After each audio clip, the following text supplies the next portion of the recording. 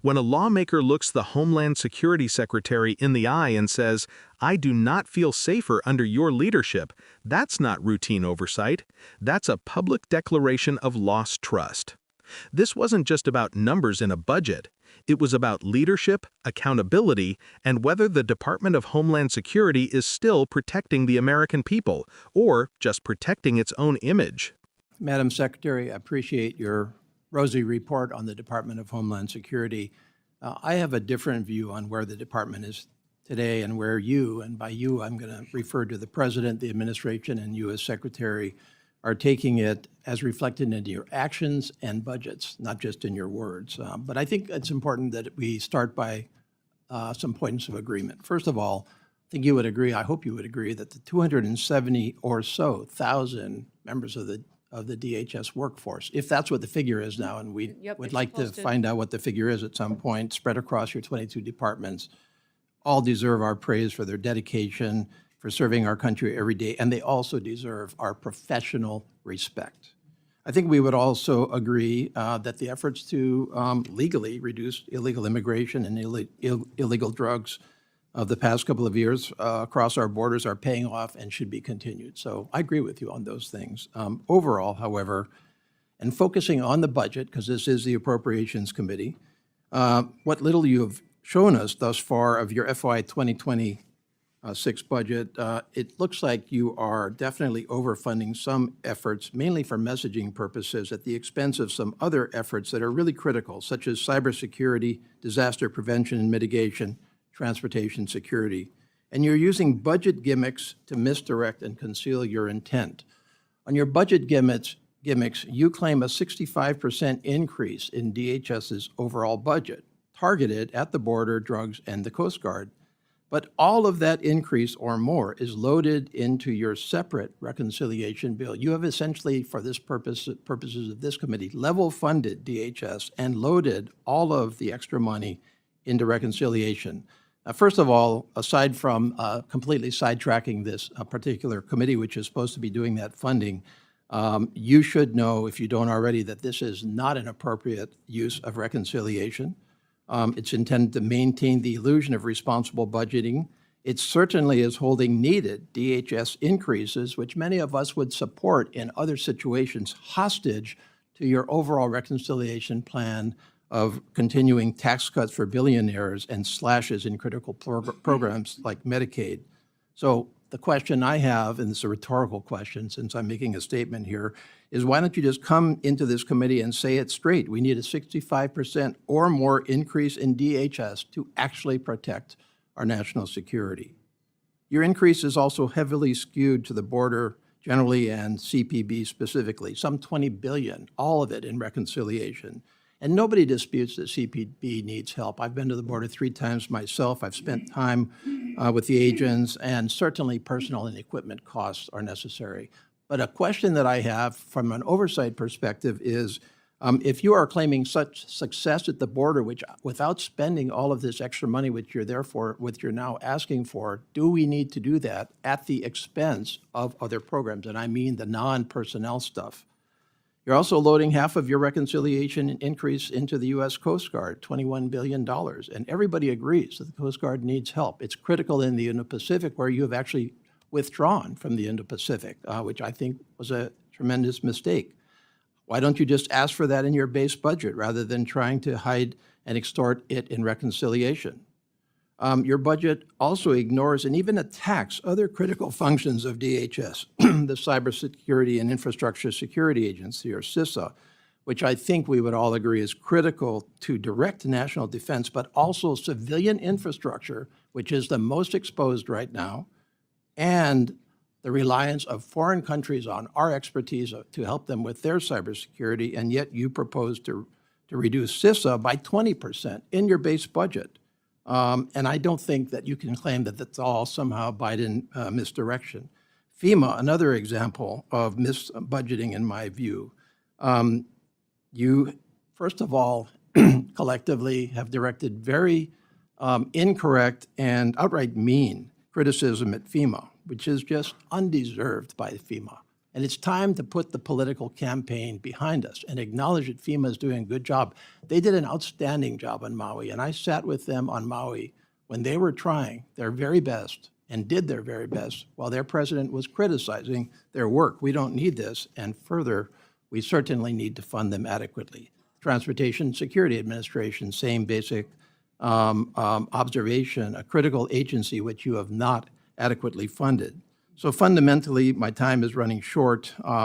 Obviously, this is a critical agency. It deserves to be led responsibly and transparently. It deserves to be budgeted for transparently and responsibly. And until we get there, I do not feel safer under your leadership at DHS. Well, thank you, Mr. Chairman. If I can respond quickly. Thank you for your comments, and I'd like to respond to you. If I don't have time today, I will in writing or in answers to other questions. But we have focused on making sure that we're going forward with a Department of Homeland Security that focuses on what our mission is, and that is to secure America's homeland and do that while being accountable to taxpayers. So every single component I have, 23 different departments, we have gone back to their mission statement on what they were intended to do and put them back on mission. So in CISA, instead of doing censorship, misinformation, disinformation, they're back to securing our critical infrastructure.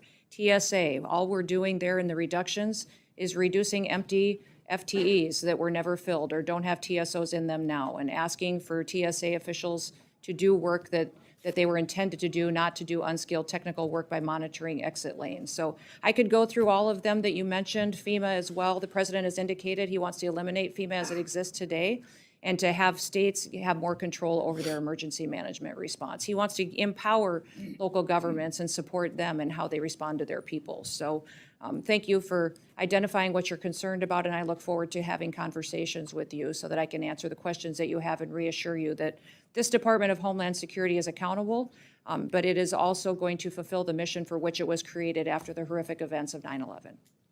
Thank you. Thank you. There are moments in government that reveal more than they seem. This wasn't shouting or spectacle. It was quiet, professional disillusionment. A member of Congress looked the Secretary of Homeland Security in the eye and said plainly, "I do not feel safer under your leadership." And that line cuts deeper than any partisan debate because it questions the very purpose of her office, to make the country safe. That statement isn't just personal, it's institutional.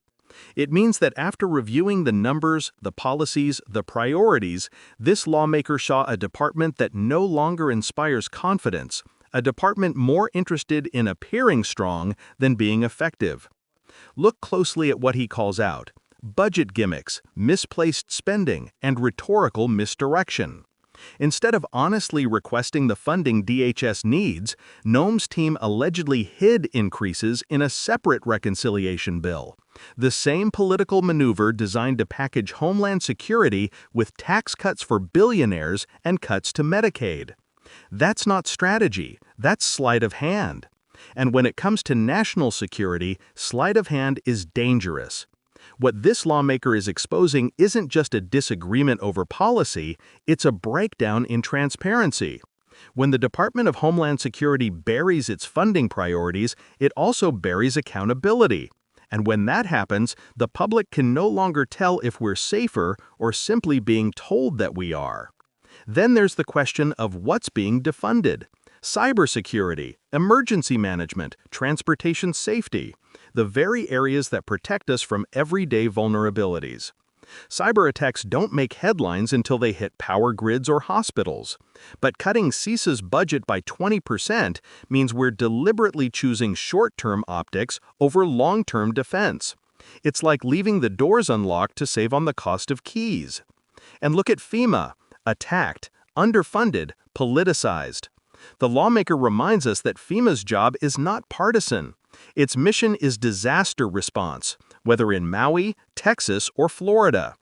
Undermining that institution for political convenience is more than bad policy. It's a betrayal of trust in moments when people's lives literally depend on government competence. This hearing also highlights something deeper: the hollowing out of leadership culture in Washington. Accountability is no longer about owning mistakes, it's about managing perception. Noem's response, polished, bureaucratic, detached, tells you everything about that culture. She thanks him for his concerns, talks about refocusing missions, and shifts blame upward to the president. It's an elegant non-answer. But underneath that, what she's really saying is, we're rebranding, not reforming. And that's why the lawmaker's closing line hits so hard. I do not feel safer under your leadership. Because safety isn't a slogan, it's trust. It's knowing the people in charge are honest about risks and responsible with resources. And when that trust erodes, it doesn't matter how many press releases or talking points a department has, the institution itself becomes weaker. This is what the Left Lens audience needs to see. Accountability isn't about anger, it's about awareness. The more we understand how these budget tricks and rhetorical games are used, the more power we have to demand transparency. If you take one thing from this hearing, it should be this. Safety isn't just about borders and threats, it's about competence and honesty. When those disappear, no one is safe. If you want to keep unpacking how government really works, beyond the headlines, beyond the sound bites, subscribe to Left Lens, share this video, and join the conversation. Because understanding power is the first step to keeping it in check.